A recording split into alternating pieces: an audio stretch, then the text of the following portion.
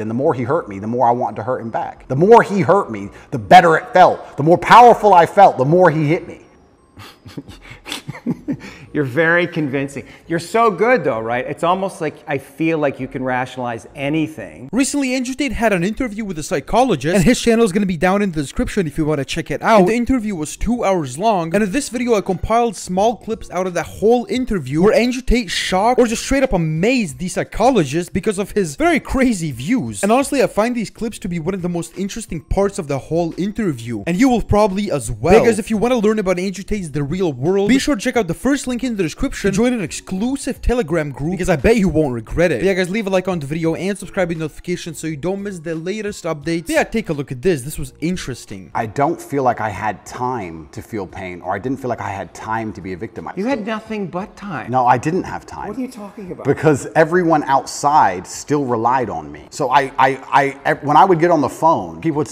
Is that avoidance, though? I don't know. Do you keep busy? Do you avoid your feelings by keeping busy, being on the computer all the time? All the things I had to do still had to be done. Just because they threw me in a cell, it just made it more difficult, which means I have less time than ever because the difficulty's been increased. And when I would get on the phone, we wouldn't discuss how I'm feeling. I'd be worried about how everyone else is. They'd be like, how are you? Yeah, I'm in jail. What's going on with this? Are you okay? Are your bills paid? Are press hassling you? I was worried about fixing everyone else's problems from jail more than I was concerned about myself or my own mental well-being. And if I felt particularly, when I say pain, pain is an awkward one. I don't know if I felt pain because I don't feel sorry for myself, and I've developed this mindset of such absolute accountability that even though what happened to me I believe was unfair, and even though I'm completely innocent, I didn't think why. I didn't think why is this happening. I didn't think why me. I didn't think oh this is unfair. Like none of these things crossed my mind. I was like, this is garbage. However, you can't become the most Googled man in the world without with every light has a dark, right? Like, let's be realistic about this. Yeah. I'm thrown in a jail cell. Do I belong here? No. But am I here? Yes. I was pretty logical about it. And I was like, okay, I've got a lot of things I need to get done. And I would feel angry if I couldn't get them done. I don't think I felt pain. Now, I'll admit, I don't sleep very well since I've left. Why? I could admit Do you know why? I heard you say in one interview that you have nightmares. I do have nightmares. Yeah. What are your nightmares about? I don't think they're about anything. I just have like almost like an adrenaline rush out of nowhere while I'm sleeping, and I bolt awake. No thoughts, no memories, no visions. Real thoughts, no real story. Fear. That's fear. I guess it is. Yeah. So so let's just you're unconscious. The dreams are a reflection of the unconscious, and if you're having nightmares, there must be some unresolved fear that wants to get worked out. I believe so, but then also I love the idea of that. Of having unresolved fear. That sounds like the most interesting thing in the world. If someone were to say to me, Andrew, take this pill and your unresolved fear will vanish, I would say absolutely and utterly not. That's not fun. The fun is there's something in my mind which I don't have complete control or complete understanding of yet, and it's not detrimenting my day-to-day life really. Okay, I lose a bit of sleep, but this sounds like an interesting journey. It sounds like I'm in a new level of the video game and I've been thrust into a dark forest and I get to do something brand new, and I'm really genuinely not worried about it. You're not yeah, you shouldn't be worried about it. It's just where you are. I'm not worried about it, and I'm also not like, oh, I need to fix this. I don't care. I'll have nightmares and I'll wake up and I'll either go back to sleep or I'll continue to work, and that's life. Maybe life will keep giving you situations in which you'll have to confront that fear to resolve it. Why would I want to resolve it? Well, because I mean, if I'm really that tired, I'll sleep. No, but fear creates distortions in our mind, right? I mean, fear is the seed of evil. Yeah. Right? And so we want to know what we're afraid of, because if we block our fear, we're susceptible to bad actions, right?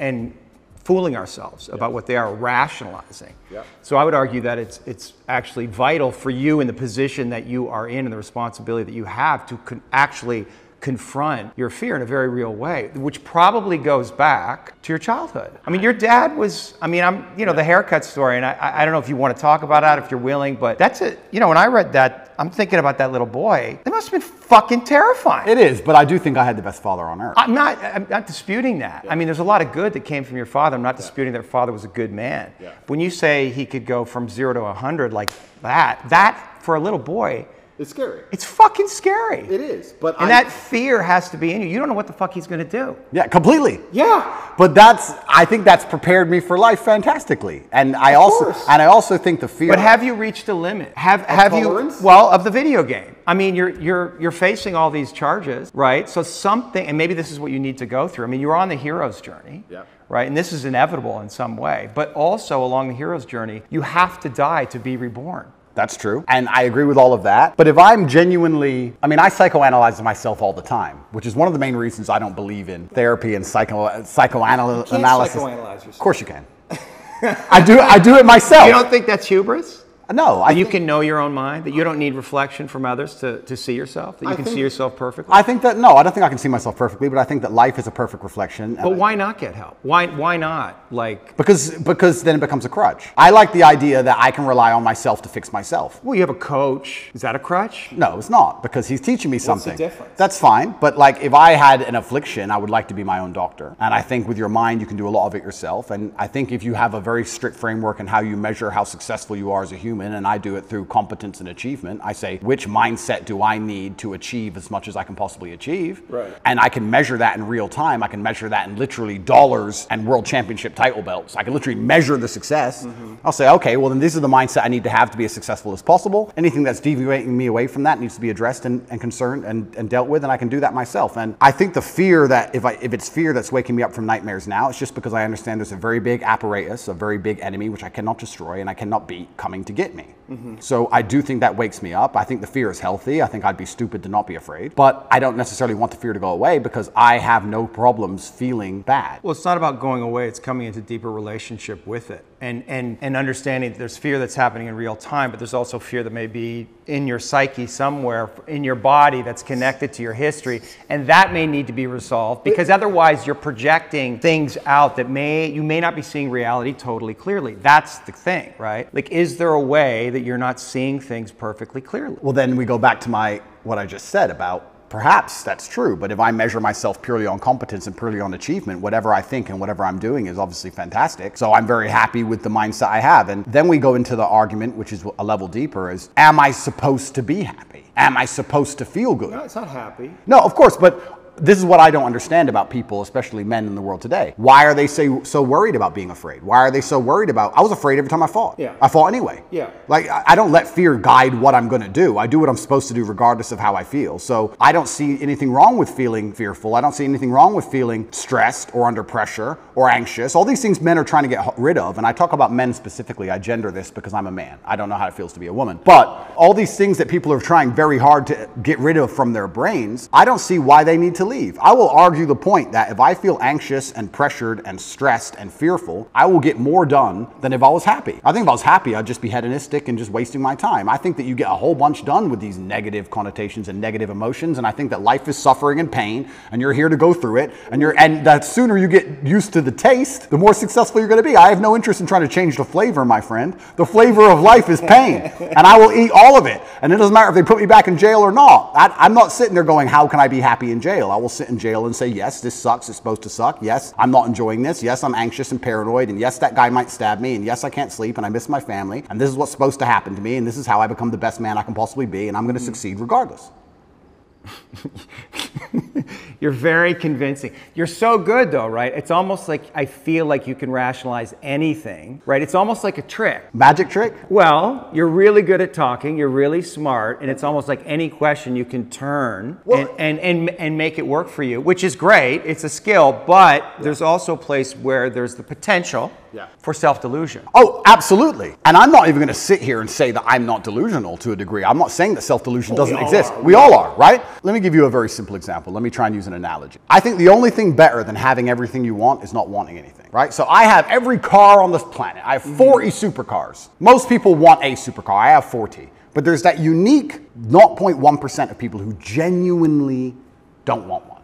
And I think that's more freeing than having everything you want, right? So the true mindset is not wanting anything. Most people, the best they can do is having everything they want. And I feel like you can kind of do this with the emotions as well. I guess my general consensus is that I don't think I can change or affect the world to the point where pain and suffering and bad things are not going to happen. So isn't it best if I just enjoy all of that? Doesn't that make me as powerful as possible if I say, oh yeah, okay, this is going to suck, good. I mean, I do it when I fight. Yesterday I was fighting, right? We were doing 12 rounds and all of us were destroyed. And the more he hurt me, the more I wanted to hurt him back. The more he hurt me, the better it felt. The more powerful I felt, the more he hit me. Because then it's my turn. Right? So if I can't stop him from punching me, and I'll do my best, but if I can't, then surely you should learn to enjoy it, right? And I don't think you can stop life from hitting you. And I don't think you can stop life from giving you unexpected surprises. And I don't think you can stop yourself from feeling sometimes sad or anxious or upset. So I think the best mindset you could adopt is finding that engaging and exciting.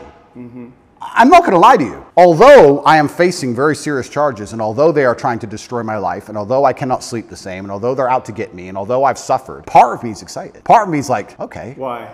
Because it's a war. You like war? I think all men do.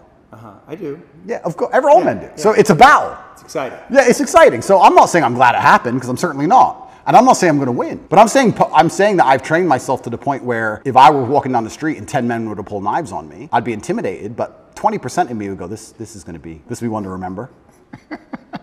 Do you have a belief that you could take 10 men with knives? I have a belief that, yeah, I do.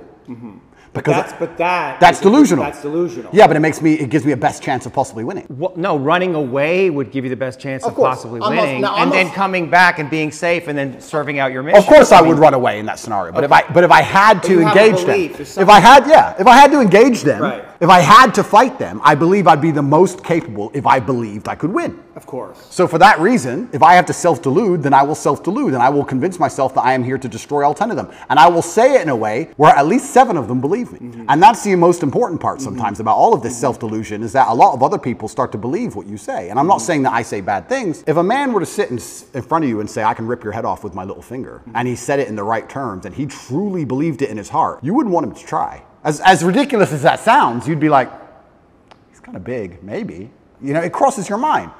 So I think that, yeah, I have psychoanalyzed myself, even though I'm not officially, certified. And I've decided that I can't stop bad things from happening to me. So instead, I'm going to enjoy bad things happening to me. And I'm going to build a mindset that makes me fearsome enough to succeed regardless of how stacked the odds are against me. Yeah, and I appreciate your mindset, and it's well thought out, and it's useful to you. And so I'm just pushing up against the places where I think there might be contradictions. I like to hear it. Yeah. I like to hear it, but like I said right now, I'm not a coward. And I want to make this very clear. I'm not a coward. I don't care if I don't sleep again for the rest of my life. I refuse to take any fucking pill, and I refuse to sit and have my mind altered by anything I do not control. I don't care if I have nightmares for the rest of human time. Right. As long as I'm in charge of my mind, I'm in charge of my life. If God decides that I don't need nightmares anymore, I'll fathom out how to stop it. If God decides I need to wake up in the middle of the night in a sweat, fearful or afraid they're coming to get me, then that's God's plan for me, and that's what I'm going to deal with. I'm not a coward. I'm not afraid of any of these things. I'm not afraid of feeling bad. I'm not afraid of anxiety. I'm not afraid of panic. This is one of the things I think a lot of men out there struggle with, is they're so worried and afraid of bad feelings. And to me, that's just showing that you've had an easy life. Like, there's real people out here who are trying to kill you. There's people out here who put a knife in your neck. You're scared of what? Feeling sad? Like, there's real problems. What are you worried about feeling sad for? Who gives a shit? I could feel sad for the rest of my life, and I guarantee, 1, nobody would know, and 2, I would be monumentally successful regardless. So why are we even talking about it? I have no fear for a negative feeling. I have fear for me not being able to provide for my children. I have fear for people who rely on me not being provided for and cared for. But I don't have I don't wake up and go, I'm worried if I might feel sad today. Who cares? Who cares? I can be happy or sad on the same day. Nobody notices, and the same things get done. The exact same amount of work gets done. Nothing changes. How are you making sense of what's happening to you? Is it God's will? Is it a co-creation? In some way, did you co-create this? Oh, no. Or are you just like a victim of the Matrix? No, I'm not a victim. So absolutely everything is, I believe. In some way you're a victim. Completely, but I believe in self-accountability. Sure. I could have prevented this. Well, how did you co-create this? If let's presuppose you did. I created this by being monumentally successful. Right. There's no light without dark. Equal and opposite force. But you said you were excited about it, so maybe there's some way you actually wanted this. I didn't want this. In fact, I had conversations with Tristan for a long time, and I kept saying Icarus to him. When I would decline, certain podcasts, I would decline meeting certain famous people, I would decline talking about politics, I would decline things, and I would keep saying Icarus. And he would say, why are you doing this? And I'd just reply Icarus. Because I knew if I got too big that they were going to come for me. I knew that. So I tried to balance it, and I felt like I did a pretty good job, but unfortunately I got it a little bit wrong. My fault. I got it wrong. I put myself here. But I also don't believe that there's any light without dark. It's yin and yang for a reason. I don't think that I can just become the most Googled man on the planet and become monumentally successful and make hundreds of millions of dollars and nothing bad's going to come from it. I think that would be hubris. You just used the word hubris. It's a fantastic word. I think it would be stupid for me to sit there and go, I should be able to do all of this good and have a fantastic life, and there's going to be no repercussion in any form. I knew this was coming to the point where I literally sat with Tristan about 3 weeks before it happened and said, we're fucked. So why did it happen? It happened because I became monumentally successful and I became monumentally influential, and the world is a battlefield. You did create it. In some way you co-created it. Like you knew this was going to happen. And so there may be some way unconsciously you wanted it to happen. Like if you're on this hero's journey and you're living this big life and you have a big vision for yourself. I mean, you know, you bring up guys like Genghis Khan, and I think that's kind of appropriate because in another era you probably would have been one of those cats, right? So now we're here. And maybe you need this in some way, need this test to really feel yourself, to know how strong you actually are. I mean, I know what you're saying. I don't think I need the test. I do feel like I need to tell the truth. I do feel like What's the truth? The truth is, well, the truth about the Matrix? yeah, what I believe. And I do believe that I have a responsibility because of my massive platform. And I do believe that the responsibility is for me to do my best to educate people in a way that's going to make them happy. And I know I could have sold my soul 1,000 times, and I know I could have avoided this, and I know I could have not said certain things, and I understand all of that. I wasn't looking for a war this large. I wouldn't say I was looking for it, but I wasn't ignorant to the fact that it might happen, and I wasn't afraid. You didn't do anything to avoid it, though. I did a lot to avoid it. You did. Icarus. I must have said it 1,000 times. Right. I could have made it much worse. Yeah. But I was never afraid of it happening. I think there's a difference between knowing something bad might happen and taking the calculated risk and going, this is my journey for truth and this is what I believe is what I should do, and being afraid of something. Like, I understand if I go into the ring, I might lose. But I do believe 93% chance I'm going to destroy him. Well, and you want the fight either way. I guess so, because how else do you matter, right? That's my point. And I'm not saying that I'm glad I'm being persecuted for false human trafficking inside of Romania. I'm not saying that at all. But I'm saying that... Yet, on the other side of this, how strong will you be? Stronger than you could be otherwise, that's for sure, and have more power and influence otherwise. Absolutely. I mean, it's a Nelson Mandela. Completely. And now, I wouldn't want to spend fucking whatever amount of time in jail. That sounds fucking scary, but it's not uncommon for heroes. Well, exactly. And if you take the lessons from it, and if we want to once again talk about being as formidable as possible, then I don't think jail, okay, it's given me nightmares, but I don't think it's made me weaker. No. And it could have easily made me weaker. I could have gone through the exact same experience with a different mental model and emerged weaker. I believe I've emerged stronger, regardless of the fact that I have nightmares. I didn't have nightmares before, now I do, but I still see myself as a stronger person. That's one more thing I no longer have to fear from an unknown perspective. I know exactly what it's like. I know the best ways to deal with it, which I developed within the 3 months. And if they put me back, I know what I'm going into. So that's an unknown area of the map explored. Yes. And I don't want to go, but I do believe that I'm more powerful than ever. And you have to find the good in it. That's absolutely not for sure. But I don't think I want to be very careful. I don't think I was looking for this fight. I'm finding the good in this fight. I believe that my fight actually has far-reaching repercussions for society now. I think that however this plays out is going to affect society in real time. I wasn't looking for it, but I was never... Did you attract it in some way? Well, if you are a force for good, then the evil is going to attack you, isn't it? And I do genuinely believe this is the battle of good versus evil in the world today. I believe that truth is always going to be on the side of good. I am religious. I believe the things I say most people knew were true only 10 to 15 years ago. I don't think they're radical ideas. And I think that there is an evil force in the world which is extremely deceptive, and they are out to try and silence me, not because what I say is wrong. It's in fact because what I say is right. I believe the reason I have so much influence and the reason so many young boys listen to me and pay attention to me is because I say things that are true, that they know intrinsically, evolutionarily, inside of their bones as true. That I say things which work. People often wonder why my fan base is so feverish, why my fan base is so dedicated. Well, if they listen to me, it's the first time they ever feel good. The first time they ever train hard and start to feel better physically, and they start to feel better mentally, and they adopt my mental model, and now they're not stressed or depressed anymore, and then they may start to make some money, and they go, you know what, I started listening to Tate a year ago. I'm in the best shape financially, the best shape physically, the best shape mentally. Tate's the man. So they're hyper dedicated to me. Yeah, I mean, there's going to be a negative to that. I want to make something clear. I've been brutally aware of the fact that all of this might blow up in my face for a very long time. I've not been ignorant to that. And I think that's why jail didn't cause me pain. Because I wasn't in jail like, how did this happen? I was in jail thinking, they got me. I knew it. They've been after me for a long time. I knew they were coming. Is there darkness in you? I mean, there must be. There's darkness inside of everybody. Right. And do you know that part of you? Are you in a relationship with it? Do you think about it? That's a good question. First, I have to identify what would the darkness in me be. Well, let me present something to you, because I stood up for you after you got canceled off social media, and I have a lot of female clients, and they had questions about that. I mean, they know me and they trust me, so they're curious. But one of them said, "Well, you know, Andrew he's out there saying that he's helping all these young men, but in the beginning, he made his millions in some level exploiting these very men." Okay. That's the frame that they were thinking about it. And is there validity in that, in what they're saying? Because I didn't know how to answer that question. I don't think I exploited the men. I think maybe I did exploit the men, but let me change my answer. I don't think me not exploiting them would have prevented them being exploited. I think these men were out to be exploited regardless, whether I did it or not. So, but you can see how that sounds cynical to somebody, where you say, well, they're going to be exploited anyway, so I'm going to make money off them. And then once I make money off them and I get this platform, then I'm going to champion them. Completely. I mean, I guess that's probably one of the most logical arguments against me I've heard. Then we have to argue whether I was really exploiting them, which is another argument, right? Absolutely. Because a lot of these men, the only reason they didn't kill themselves is because they had an online girlfriend. Sure. So I actually think that webcamming and girls as a whole is closer to therapy than it is porn.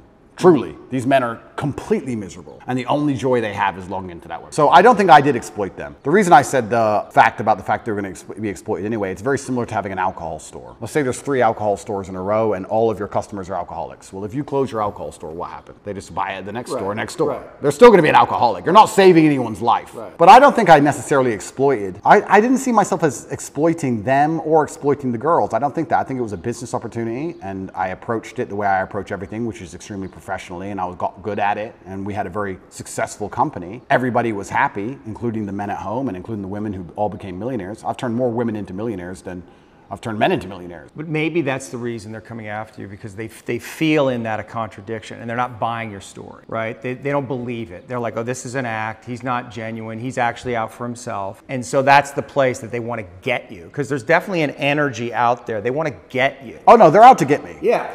And I don't think that's the reason why, though. Well, depends who we're talking about. Yeah. But we're talking about the Matrix. I understand why and you've talked about that a lot in podcasts. We could talk about that, you know, because you are speaking a lot of truth, and you're confronting all the lies in the culture, and you're speaking against the most powerful forces in the world. But individual women, let's say, they're going to look at what you're doing, a lot of them, and a lot of them, you know, they're completely insane, and they're looking at these little clips, and they're distorted in their own feminism, and maybe unconsciously they can't reconcile to the fact that they would actually want a man like you. I think that's a lot of what's going on. It's like projection. I'd agree with that. You know, nevertheless, there is an energy that's like they want to get you. They want you to be punished. In some way. Yeah. And so, like, how do you, like, what do you do with that? How do you deal with that? Like, how do you answer to that? Like, if that woman was sitting here, what do you say to her? Yeah, I would say that her argument to a degree is a logic fail. Let's take it away from webcamming. But it's a female. Logic. Don't be a misogynist. There's your blind spot right there. Don't be a misogynist. But that's like saying because... Well, it's not misogyny. You know? No, of course. But that's like saying because you've ever eaten a steak, you don't care about animals. Right. Effectively. Right. What she's saying is because he had a business in which some man may have felt exploited at some point, he doesn't care about humanity, which is a logic fail. Yeah, so, I understand. So that's not valid. What I have found in my experience often is that many women who seem to dislike me after they meet me don't dislike me. Mm-hmm. I think the energy which they find repulsive over a screen or affects them emotionally over a screen, they end up liking in person. I think hate and love are actually very close to each other. And I've had women who scream how much they hate me at the screen, and then they meet me and they're literally in love with me. Well, you're a nice guy. Of course.